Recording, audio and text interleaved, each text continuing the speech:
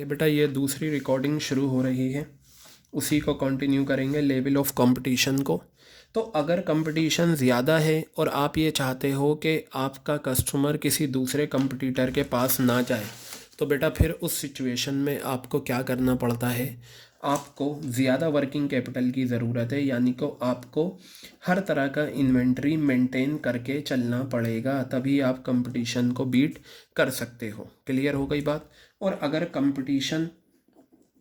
Competition क्या है, कम है, लो है, यानी कि ज़्यादा कंपटीटर आपके नहीं हैं और आपके पास सामान है, तो आप मत करो ज़्यादा वर्किंग कैपिटल, आप कम वर्किंग कैपिटल की ज़रूरत है। वर्किंग कैपिटल की जब भी मैं बात करूं, इन्वेंट्री और कैश इससे रिलेटेड ज़्यादातर पॉइंट में इन्वेंट्री आएगा, कुछ में कैश भी आएगा। तो देखो पढ़ते हैं हम यहाँ पर, हाई लेवल ऑफ कंपटीशन में require stocking of non finish goods, यानी कि देखो ये फिनिश गुड्स क्या है, इन्वेंट्री ही तो है। ठीक है, अगर ज़्यादा कंपटीशन है तो आपको ज़्यादा इन्वेंट्री मेंटेन करना होगा फिनिश गुड्स का अपने कंपटीटर के मुकाबले। क्यों? क्योंकि आपको अर्जेंट ऑर्डर्स पूरे करने हैं अपने कंपटीटर्स के, ताकि ऑर्डर आपके कंपटीटर्स के पास ना जाए, और वर्किंग कैपिटल की ज़रूरत ज़्यादा है। तो ये तो याद ही रखना है, मोर वर्किंग और लेस वर्किंग, साथ ही साथ आपको जहाँ जहाँ रीज़न है वो रीज़न भी याद रखने हैं, लेकिन ये तो लिखना ही पड़ेगा आपको, मोर और लेस हर पॉइंट में। और यहाँ बताया low level of competition requires less working capital, क्योंकि business can dictate terms according to its own requirement, अपनी रिक्वायरमेंट के हिसाब से बिजनेस चल सकता है। तो बेटा ये लेवल ऑफ कंपटीशन हो गया। अब सुनो मेरी बात, ठीक है, ध्यान से देखिएगा। ये तो आपके 2 पॉइंट हो गए। अब यहाँ पर आ जाइए, आपका स्केल ऑफ ऑपरेशन, ये भी बहुत सिंपल है। स्केल का मतलब जितना बड़ा आपका बिजनेस लार्ज स्केल पर काम करेगा तो ज़्यादा वर्किंग कैपिटल, कम स्केल पे काम करेगा तो कम वर्किंग कैपिटल। जैसे फॉर एग्ज़ाम्पल हल्दीराम चांदनी चौक में भी, अब हल्दीराम ने कहा भाई मैं अपने बिज़नेस को ग्रो करूं, तो मैं अपना ऑपरेशन यानी कि जो कारोबार है उसके स्केल को बढ़ाना चाहता हूं। उसने क्या करा, लाजपत नगर में भी खोल लिया, ओखला में भी खोल लिया और सीपी में भी खोल लिया। तो बेटा ये कहलाता है लार्ज स्केल पर ऑपरेट होना। ठीक है, तो आप चाहें तो यहाँ पॉइंट लिख सकते हैं, स्केल ऑफ ऑपरेशन मैं आपको यहाँ कर करके बता देता हूँ, आप भी ये इस तरीके के नोट्स मेंटेन कर लेना अपने पास। तो अगर ऑर्गेनाइजेशन जो है, ये ऑर्गेनाइजेशन लार्ज स्केल पर ऑपरेट करती है, लार्ज स्केल, ठीक है, तो बेटा हमें ज़्यादा वर्किंग कैपिटल की ज़रूरत पड़ेगी। और देखिए दूसरा पॉइंट तो आप आसानी से कर सकते हैं, ठीक है, अगर ऑर्गेनाइजेशन स्मॉल स्केल पर काम करती है, ठीक है, तो लेस वर्किंग कैपिटल, हमें क्या पड़ेगा, वर्किंग कैपिटल की ज़रूरत कम पड़ेगी। क्लियर हो गई बात, ये हमें वर्किंग कैपिटल की ज़रूरत कम पड़ेगी, यह हमारा पॉइंट स्केल ऑफ ऑपरेशन हो गया। अभी हमारे 6 पॉइंट बचते हैं, उसे भी देख लें। जैसे स्केल ऑफ ऑपरेशन है, ऐसे ही ग्रोथ प्रोस्पेक्ट्स हैं, ठीक है। ग्रोथ की बात करते हैं, अगर ज़्यादा ग्रोथ की ज़रूरत है तो हमें क्या चाहिए, ज़्यादा वर्किंग कैपिटल। कम ग्रोथ है तो कम वर्किंग कैपिटल, इसे भी आप चाहो तो लिख लो, ठीक है। ग्रोथ प्रोस्पेक्ट्स, ठीक है, ये हैं ज़्यादा पॉइंट लेकिन याद करने आसान है, ठीक है। हाई ग्रोथ, यह आ गया आपकी ज़्यादा ग्रोथ, और यह आ गया लो ग्रोथ, कम ग्रोथ। क्लियर है बात। अगर हाई ग्रोथ है तो मोर वर्किंग कैपिटल, ठीक है, हाई ग्रोथ है मोर वर्किंग कैपिटल, और अगर लो ग्रोथ है तो लेस वर्किंग कैपिटल।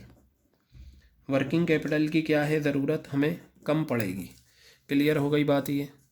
तो बेटा ये हमारा हो जाता है कौन सा एस्पेक्ट, ग्रोथ वाला।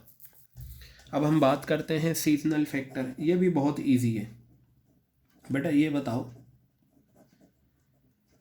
कुछ गुड्स ऐसी होती हैं जो सीजनल होती हैं, ठीक है, कुछ गुड्स ऐसी होती हैं सीजनल होती हैं, जैसे मैं यहाँ लिखता हूँ सीजनल गुड्स, ठीक है।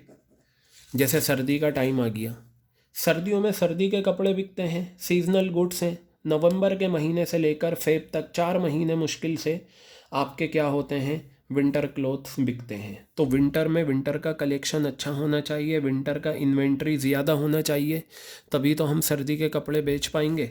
तो अगर सीजनल गुड्स हैं तो हमें ज़्यादा इन्वेंट्री की ज़रूरत होती है, यानी कि ज़्यादा वर्किंग कैपिटल की हमें ज़रूरत होती है। रीज़न यहाँ लिखा हुआ है, companies which are selling seasonal goods in peak season.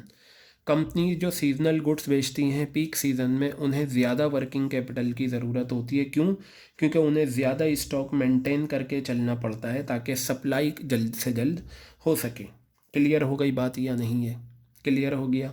आपने देखा होगा जैसे सर्दियाँ आती हैं तो सर्दियों में गुड़ जो है वो ज़्यादा बिकता है, तो हमें ज़्यादा गुड़ इन्वेंट्री मेंटेन करके चलने की ज़रूरत होती है ताकि हम सप्लाई पूरी कर सकें।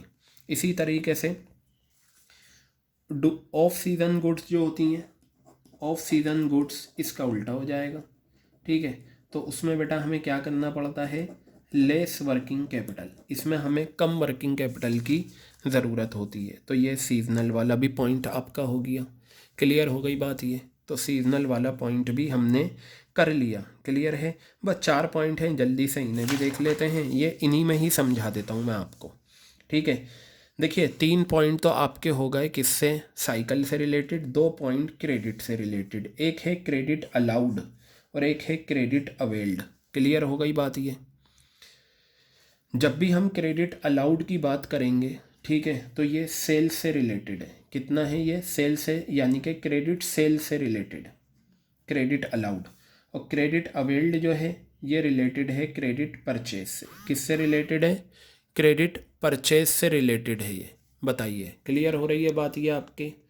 ये क्रेडिट अलाउड जो है क्रेडिट सेल से रिलेटेड है, और क्रेडिट अवेल्ड जो है वो किससे रिलेटेड है? क्रेडिट परचेज से रिलेटेड है।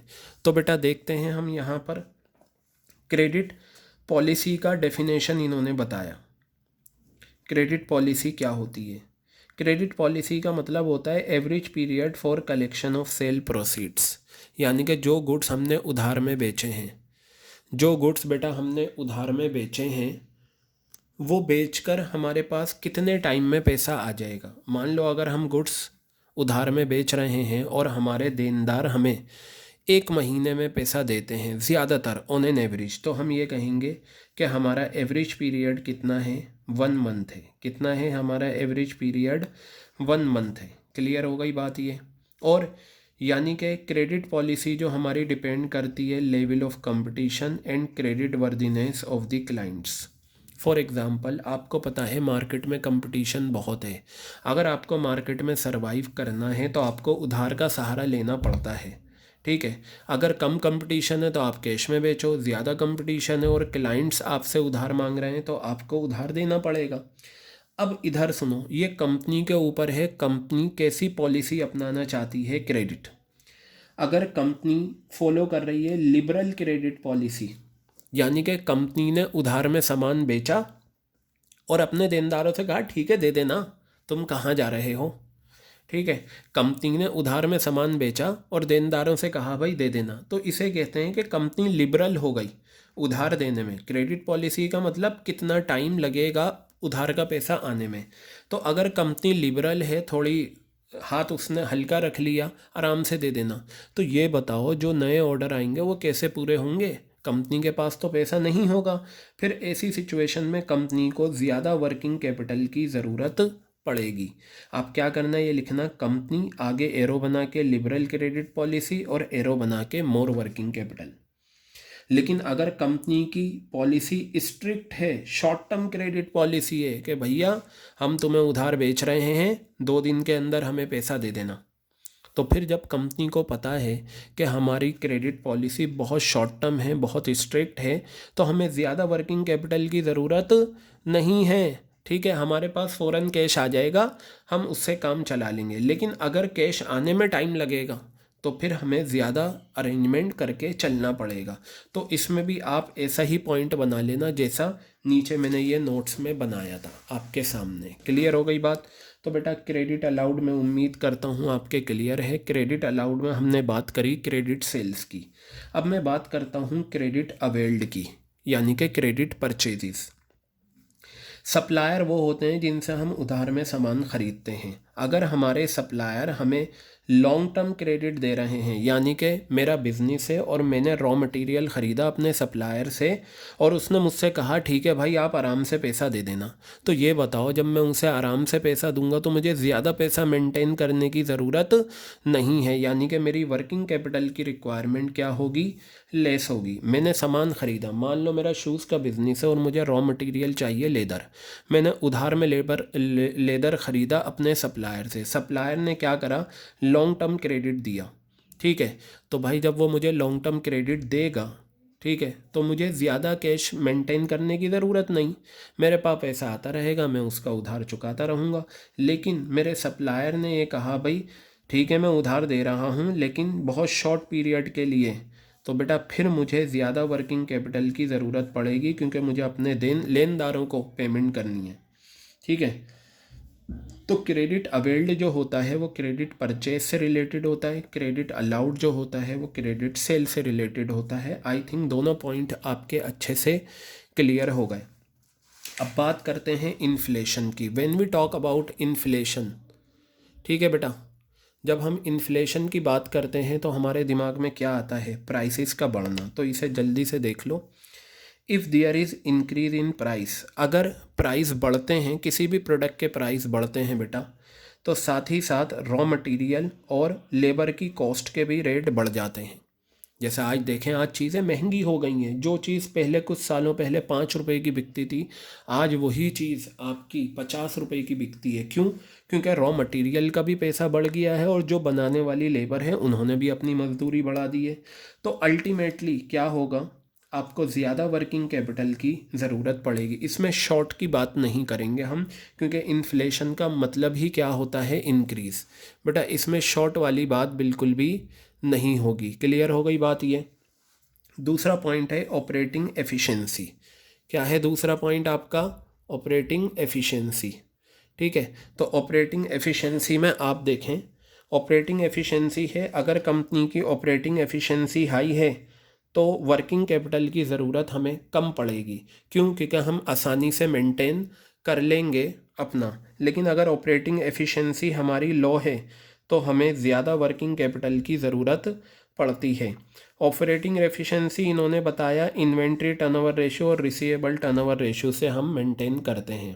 तो बेटा ऑपरेटिंग एफिशिएंसी का मतलब ये हो गया कि हम बहुत अच्छे से काम करते हैं, हमारा वेस्टेज कम होता है, काम पर टाइम पर काम हो जाता है, तो हमें वर्किंग कैपिटल की ज़रूरत कम पड़ेगी, यानी कि कम इन्वेंट्री की हमें ज़रूरत होगी क्योंकि हम ज़्यादा वेस्टेज नहीं करते और काम अच्छे से कर लेते हैं। तो बेटा ये था हमारा क्या, वर्किंग कैपिटल के फैक्टर अफेक्टिंग 13। आप इन्हें बिल्कुल अच्छे से कर लेना और इस तरीके के नोट्स भी बना लेना आप जो ये मैंने बनाए हैं, ठीक है।